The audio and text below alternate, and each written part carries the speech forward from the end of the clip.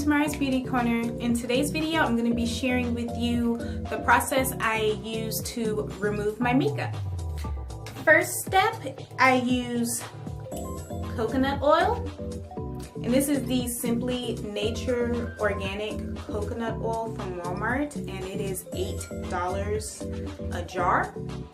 And what I do is I like to get a little and massage it in my hand and rub it on my face while I still have all of my makeup on. Of course, I take my lashes off first because you don't want to get your lashes all gunked up with oil.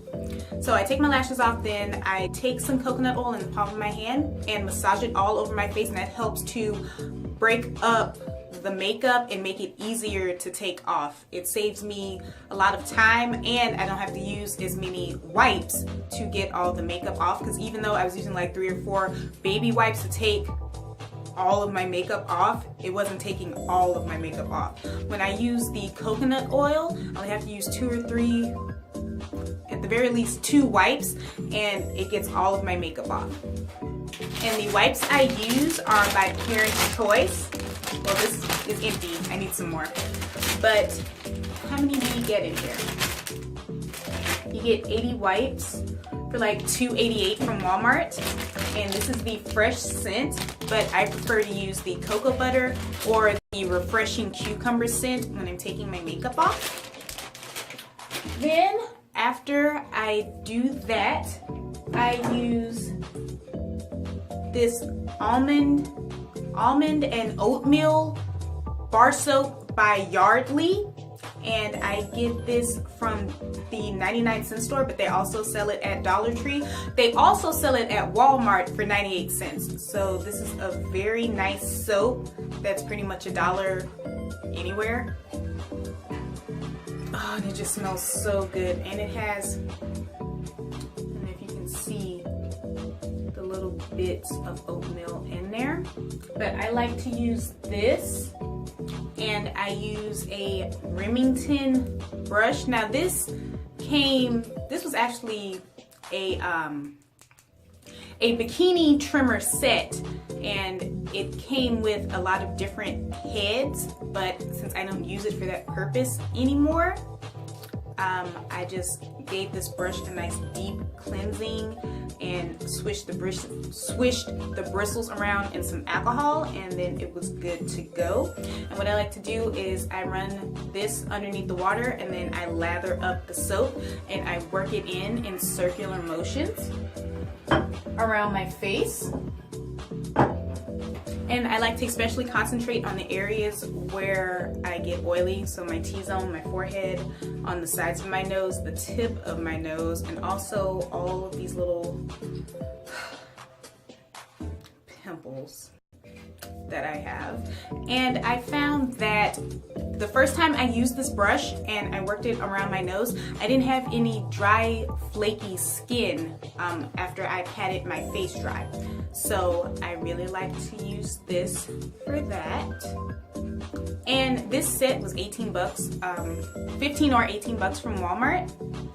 And it's pink, so this is what I'm using till I can find the facial brush at the Dollar Tree that I'm looking for. I still haven't found that, but this is a pretty good substitute, and the bristles are pretty soft, so this will work in the meantime. After my face is all cleansed and free of dirt, I like to go over with my Maximum Strength Cleansing Pads by Equate, and these were $3 from Walmart, and you get 90 pads, and I double up. I like to use 2 pads at a time, and I clean with one side and I flip it over and clean with the other.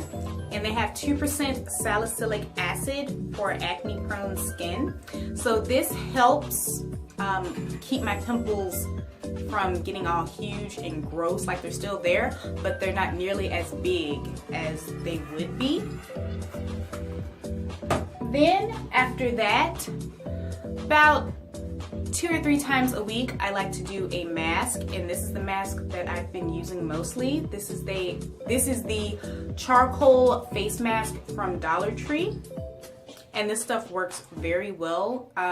It's a rinse off mask, not a peel off. It goes on really nice and smooth. It does not have an abrasive scent.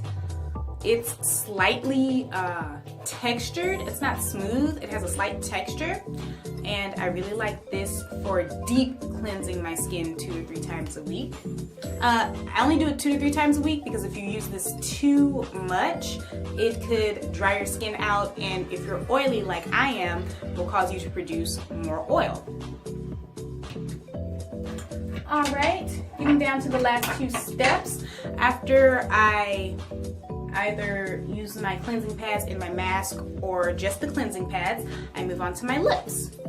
Now, I love to have soft, plump, moisturized lips, and to achieve that, I go one of 2 routes.